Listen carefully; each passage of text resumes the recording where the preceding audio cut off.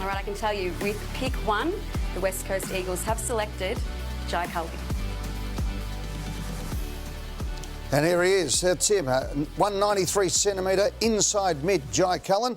Have a look at this. A nice kick from outside 50. Nice one to put in the back pocket there for you, Rossi. This is from North Melbourne, Callan Dawson, who's from Williamstown, intercept defender. So he's coming in, number 42, going to the Kangaroos. And then we'll get to Essendon, who've picked up Massimo D'Ambrosio. Great name, isn't it? And he comes in at 178 centimetres. And then Adelaide have picked up Brett Turner from Glenelg, who again is a prolific ball winner, 185 centimetres, so a tick over 6 foot there. So some good players coming through. And I noticed said more than a third of the 17 came from South Australia, but Michael Voss's boy didn't get picked up, which was disappointing. The other one I'd like to throw up is Sam Durden, the former North Melbourne player. Carlton have picked him up because they want to get his 198 centimetre key defender. So they've gone, right, we've got a hole and we need to get him, and they have. So he was picked 16 originally, 2014, played 21 games for the Kangaroos. He is now a blue bagger and comes in right at the right time. Gee, what an opportunity for the young fellow. Take his, you know, like it's a real needs-based selection, comes into an emerging great team, and he'll play, you think? He'll be straight in, potentially. Yeah, it's exciting for him. And great opportunity for people to getting access to AFL. Love it. Now, Ross, I want to hear your thoughts on what the president of the Players Association, Patrick Dangerfield, had to say today. I'd love to see at some stage mid-season trading come in.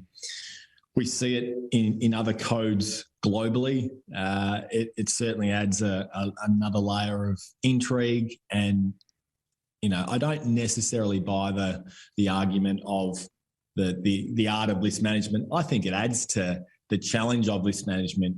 You know, if we were to add, you know, a layer of mid-season trading in. I don't mind the art of list management being interfered with, but I do mind with the season starting and finishing with... I understand the mid-season draft, although I wasn't a fan at the beginning. Sort of changed my mind when Marlon Pickett kicked that goal in 2019.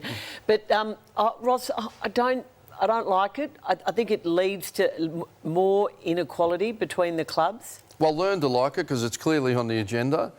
I looked at it. Wiedering goes down. McGovern... Your brother's playing at Carlton. He's a star defender. What would Carlton get up to go and get McGovern from West Coast as a key defender? That could be the missing link for them. Yeah, but that also becomes legalised tanking. And that's what would happen in this situation. Not only legalised tanking, but it affects the integrity of the competition up the top end as well. By the way, if you wait around long enough in football, it all comes around again. We used to have a June 30 deadline for transfers up until to the early 80s. But can I go back? It happens in the NFL. Why isn't there... Gareth Andrews and Rex Hunt swapping. Yep. Exactly. The NFL's, their integrity's not compromised. Why would the AFL be compromised? Well, I think it would be compromised because certain clubs can do deals midway through the season and others can't. So if you're in the same... Well, maybe they've got better strategies and smarter people. Ross, how many traditions are we going to lose? Well, that's a different argument. It depends if we want to wed to the tradition. It depends if you want to go back to the old tradition that they had or the new tradition. That's what it is.